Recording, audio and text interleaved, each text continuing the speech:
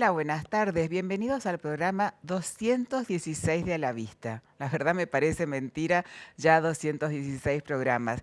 Y hoy con un programa muy interesante, hecho en base a todas las preguntas que recibimos de ustedes. Primero vamos a tener a una colega oftalmóloga especialista en ojo seco y después a una colega ginecóloga que nos va a hablar de cómo influye el desarreglo hormonal, por decirlo de alguna forma, que pasa en la menopausia y perimenopausia con los ojos secos. ¿Me acompañan?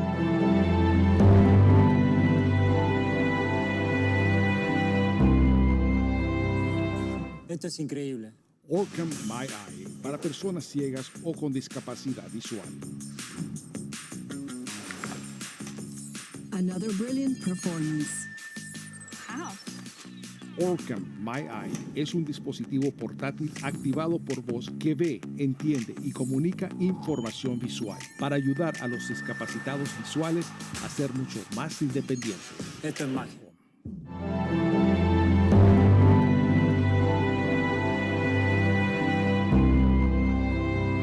Hola, y en este primer bloque con la doctora Cecilia Marini. Gracias, Ceci, por venir otra vez al programa. Un placer, Amalia, como siempre.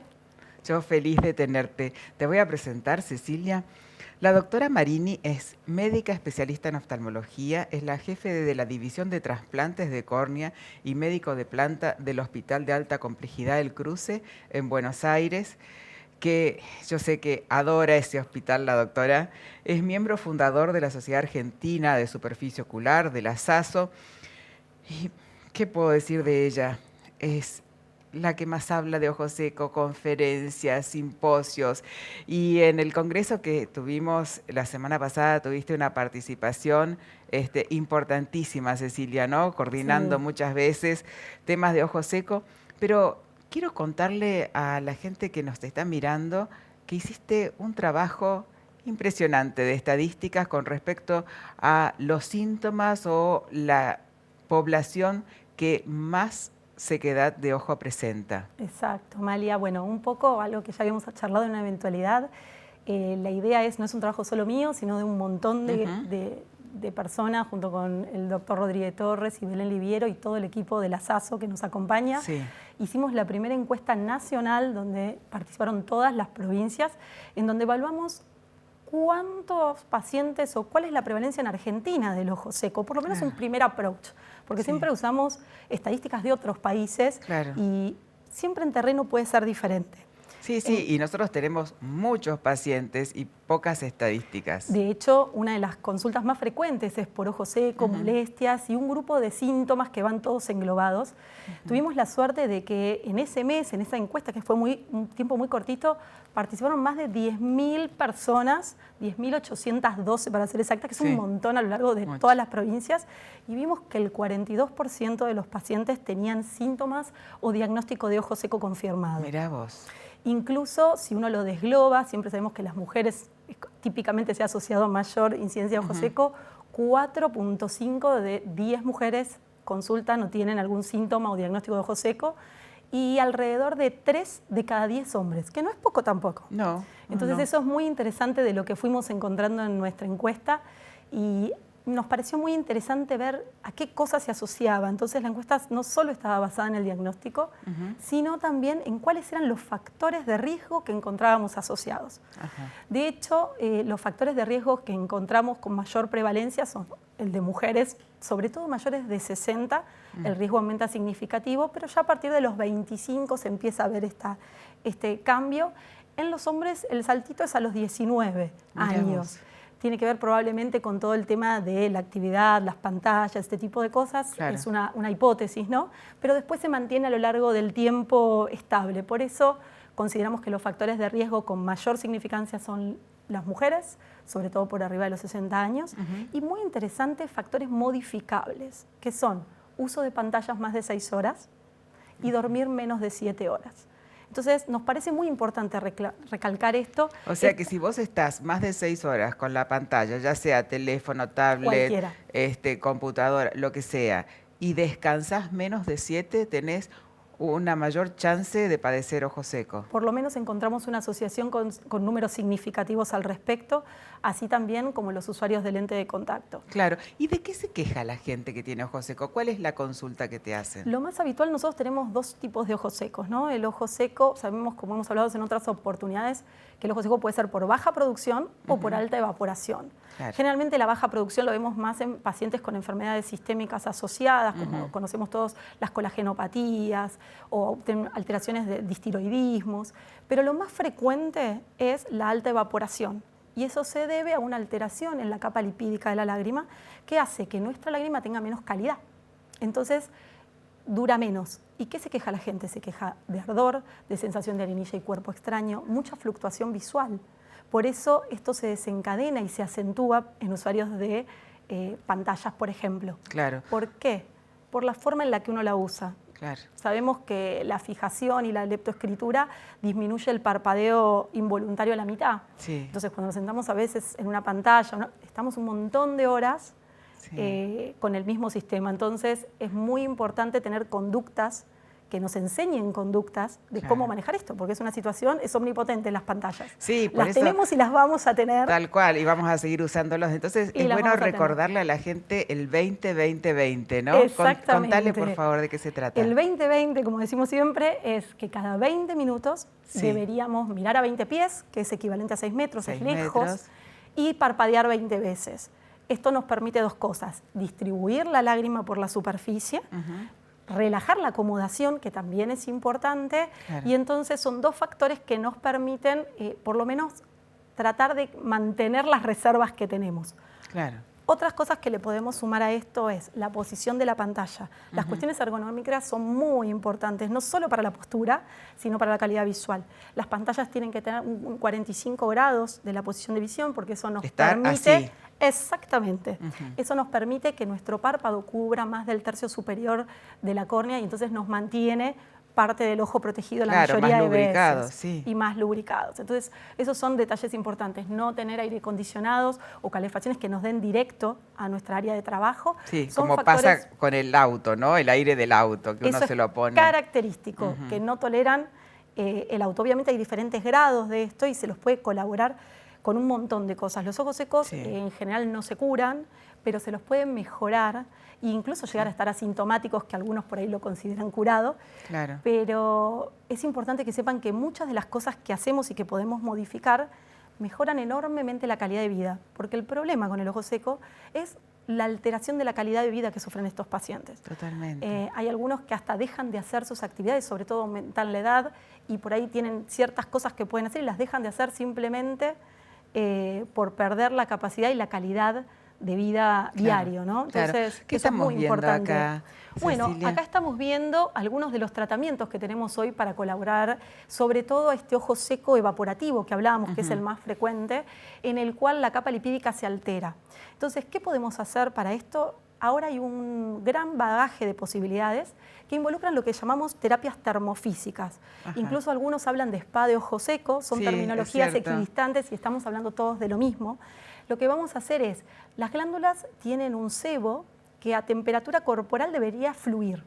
Cuando esto empieza a pasar, deja de pasar, la capa lipídica empieza a tener cambios en su composición. Entonces lo que tenemos que hacer es darle calor a esos párpados, que es donde están las glándulas, para que esto a temperatura corporal se licúe y pueda ser liberado. Entonces las terapias termofísicas son eso, dar calor por un montón de sistemas. Sí. Hay compresas, hay equipos especiales para esto. Sí. La idea es tratar de que estén alrededor de los 42 grados, entre los 41 y los 42 grados de temperatura para que esto sea más efectivo. Y después limpiar muy bien las pestañas. Claro, Esto tiene una sobre todo asociación eso. importantísima con algo que se llama blefaritis. Algunos hablan de la caspita en las pestañas, que incluso Sí. los pacientes la ven. Entonces hay que limpiar mucho, la asociación es muy alta y entonces se hace lo que se llama microexfoliación. La microexfoliación es un procedimiento donde así como limpiamos los dientes una vez al año, Sí. lo que permite es despegar de esas pestañas y sobre todo de la base de las pestañas y de borde palpebral todos los desechos, las células desepitelizadas, toda la queratina que se deposita y que esto empieza a generar mayor obstrucción de estas glándulas. Sí. Y por otro lado, la hipersensibilidad, una irritación crónica. Son pacientes que se quejan de irritación crónica. Sí, y que le pican los ojos y se los están tocando continuamente. Exacto. De hecho, hay un círculo vicioso entre la irritación, la alergia y el ojo seco, ahí que empieza a mezclarse. Ni todo es alergia, ni todo es ojo seco, sino que es una retroalimentación. Entonces, lo que buscan estos tratamientos, desde manuales hasta combinados, es justamente eso, poder encontrar la manera de mantener esos párpados limpios y eso genera mejor calidad. Claro. Esto no implica solo los tratamientos que, como vimos, hay desde manuales hasta combinados y sistematizados, acompañados con luz pulsada, que es algo que se usa muy habitualmente, pero ninguna de estas cosas sirve solas. No. Tiene que estar acompañado de un contexto de cuidado de la superficie. Sí, y tampoco si son inconstantes. Todo eso requiere una constancia por parte del paciente. Y una educación que depende de nosotros. Sí. Que depende fundamentalmente de nosotros. Sí, es sentarse con el paciente y explicarle muy bien qué le está pasando y cómo combatirlo. Totalmente. Cecilia, y una paciente que tiene ojos secos, siendo muy jovencita, y se quiere poner pestañas, estas pestañas que se pegan, ¿qué le decimos? Bueno, es un tema complicado.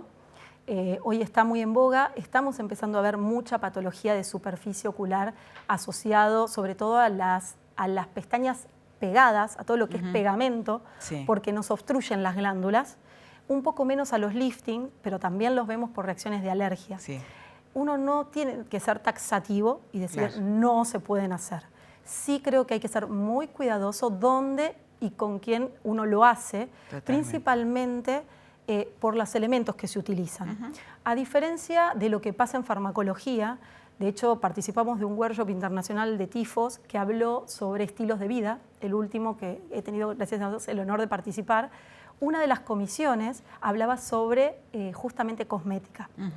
Y entonces lo que se abordaba era la diferencia entre la cosmética y los productos farmacológicos, donde los cuidados y los efectos adversos están menos declarados y las guías de control son otras. Entonces, claro, y lo farmacológico siempre tiene un una inicio prueba. Y un fin. Claro, sí. En cambio, a veces las conductas cosméticas muchas veces uno las adopta y las adopta muchas veces de por vida. Sí, y muchas veces la gente no se fija bien dónde se lo hace, sino el precio, ¿no? Exactamente. Entonces, y a veces podemos tener complicaciones que se pueden resolver fácilmente y otras que por ahí no tanto, sobre todo si uno tiene una predisposición de base de alguna otra índole. Tal cual. Ay, Ceci, atrás de cámara nos están haciendo señas. Me parece mentira que se nos fue el tiempo. Así. Como siempre, te agradezco muchísimo y si a usted le pican los ojos, le arden, siente sensación de basurita, de cuerpo extraño o siente que le lloran los ojos demasiado, tienen que hacer la consulta, ¿sí? Totalmente, los esperamos. Muchas gracias, Cecilia. Nos despedimos de la doctora Cecilia Marini. Vamos a una pequeñísima tanda y volvemos con más a la vista.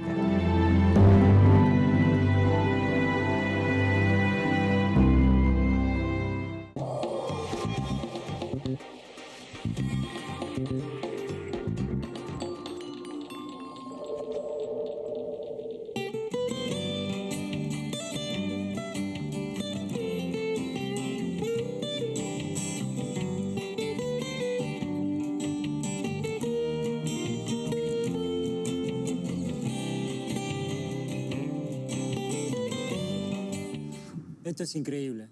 Orcam My Eye, para personas ciegas o con discapacidad visual. Another brilliant performance. Orcam My Eye es un dispositivo portátil activado por voz que ve, entiende y comunica información visual para ayudar a los discapacitados visuales a ser mucho más independientes. Esto es mágico.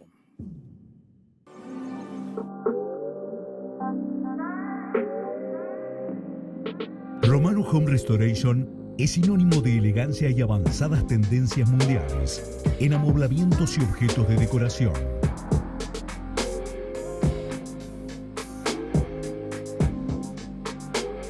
Somos una empresa integral dedicada y reconocida por particulares, empresas corporativas, hotelería y empresas constructoras.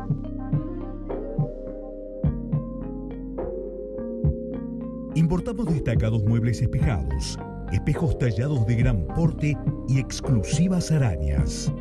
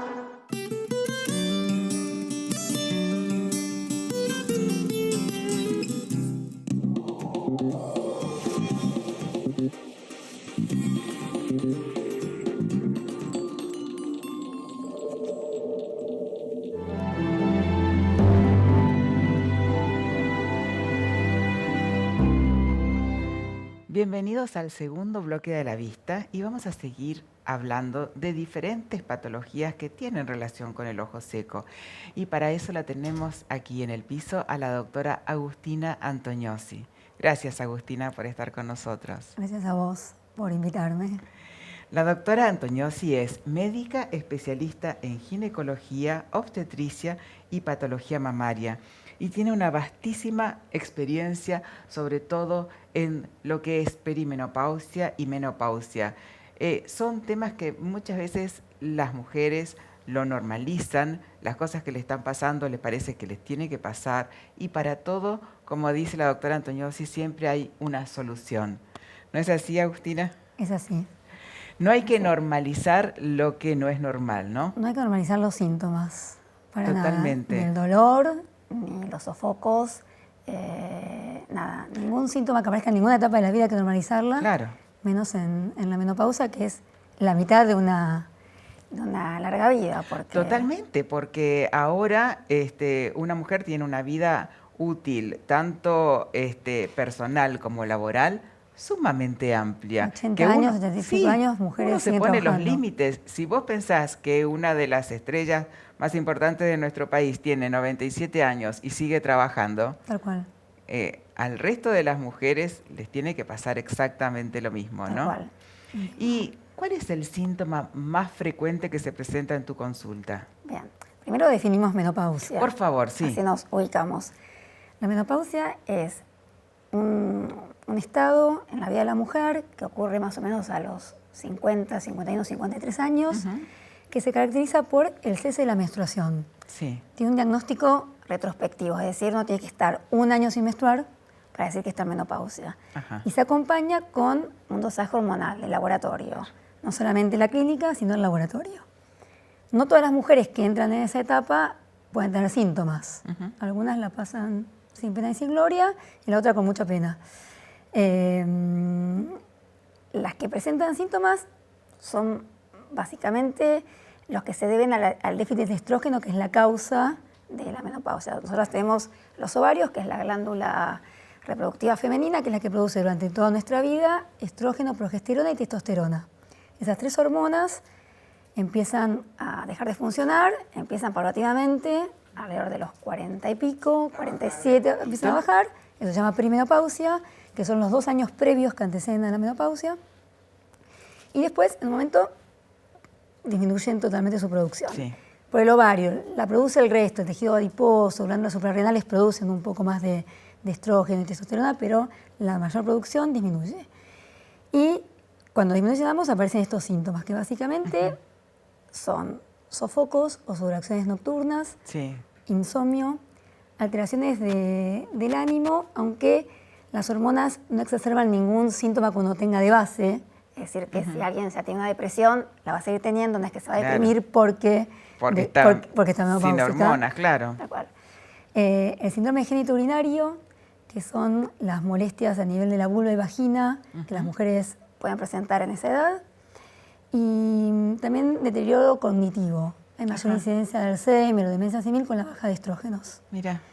Hay mujeres que puede que no pase nada, más que nada el síntoma que más molesta que son los sofocos. Pero el resto, en mayor o menor medida, si uno no los trata, no los previene, pueden aparecer.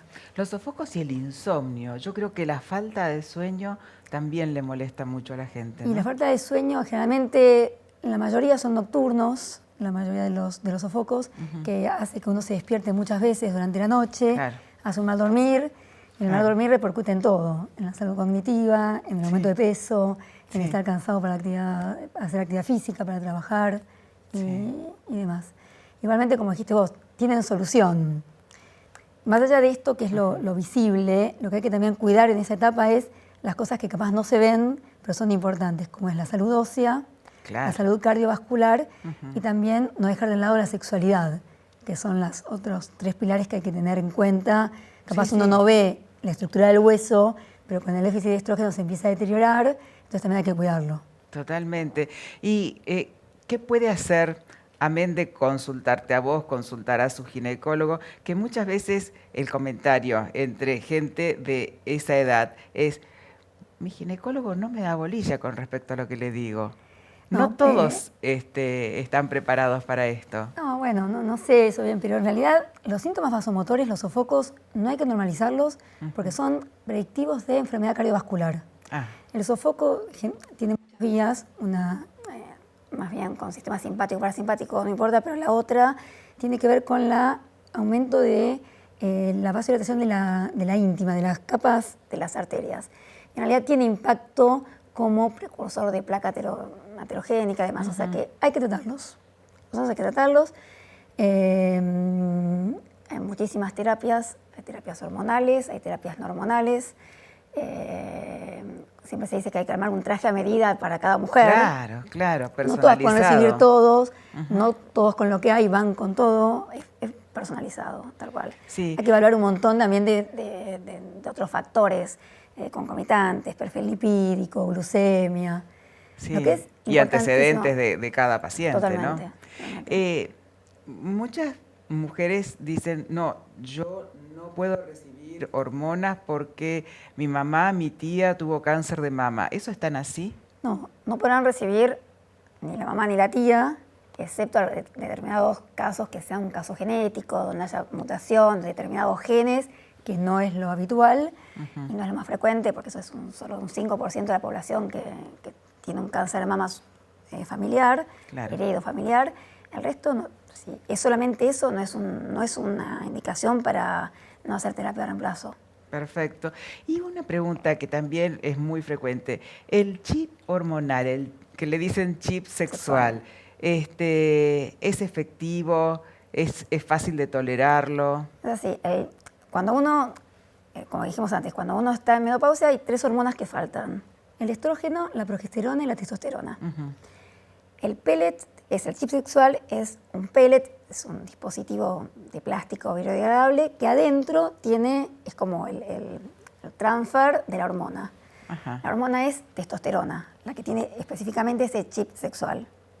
En Argentina la testosterona no se comercializa en forma farmacéutica, sino Sí. que mandarla a preparar en fórmula magistral. Ajá. Entonces, ¿qué es lo que se pone dentro de ese pellet? Tiene un montón de beneficios. La testosterona es la hormona anabólica, que tiene que ver con el trofismo muscular, con la masa ósea de sostén, con el ánimo y básicamente con la libido. O sea, que tiene un montón de beneficios. Igualmente, no se puede poner solo, hay que hacer una biomodulación hormonal. Quien recibe el pellet de testosterona tiene que tener todos los estudios bien, tiene que también recibir, por otro lado, progesterona, porque esa testosterona se metaboliza en estrógenos, ese estrógeno impacta en el útero, entonces tiene que estar protegido, tiene que tener una muy buena función hepática para evitar que esa testosterona se desvíe a estrógenos que no son tan buenos. Claro. O sea, que tiene que estar hecha puesto por un ginecólogo o un especialista. Sí, con un especialista que antes especialista. estudie al paciente. Y dentro de una biomodulación hormonal, no es me pongo el pellet Y ya está. Y ya está, y nada más. Y te consultan muchas mujeres relativamente jóvenes, de 50, 55 años, por... Un montón. Cualquier mujer que tiene un atraso a los 40 y pico ya piensa que está menopáusica. Ah, ¿sí? O sea que... Y muchas consultan veces es muchísimas por estrés. por estrés, por dieta, por actividad física, porque algún otro ciclo uno puede no menstruar, pero consultan un montón y como decís vos, está instalado que algunas cosas hay que aguantarlas, como son los sofocos, u otras cosas que también que no se hablan, como sería el síndrome genitourinario, la dificultad para tener relaciones, la sequedad de las mucosas. Esas cosas a veces no se hablan o les da vergüenza hablarlos y se instala de que, bueno, de que es así y que tiene que ser así. Claro, por eso es tan importante encontrar en el profesional una empatía tal que se cree un ambiente y que el paciente pueda decir absolutamente todo, sin temor a ser juzgado, sin temor a ser criticado. O también preguntarlo en la consulta. Una vez en la consulta nos debe pasar que unas cosas uno las pregunta, porque capaz, como la gente lo normaliza, o sea, está normalizado que tiene que doler o que tiene que tener, capaz lo toma como habitual. Claro. Y en realidad es una etapa de la mujer que es muy linda etapa. En general, uno ya está en su apogeo profesional, sí, no ha tiene logrado, chicos, claro. Tiene más tiempo para estar en su casa con su pareja. Sí, y logró estabilizarse en la vida profesional, como bien dijiste. Entonces es una buena etapa para disfrutarla y estar bien. Entonces, para dejarle a la gente así como corolario, ante cualquiera de estos síntomas que vos dijiste, sofocos, cansancio, sequedad vaginal, trastornos en el sueño, hacer la consulta. Hay que hacer la consulta. Hacer la consulta.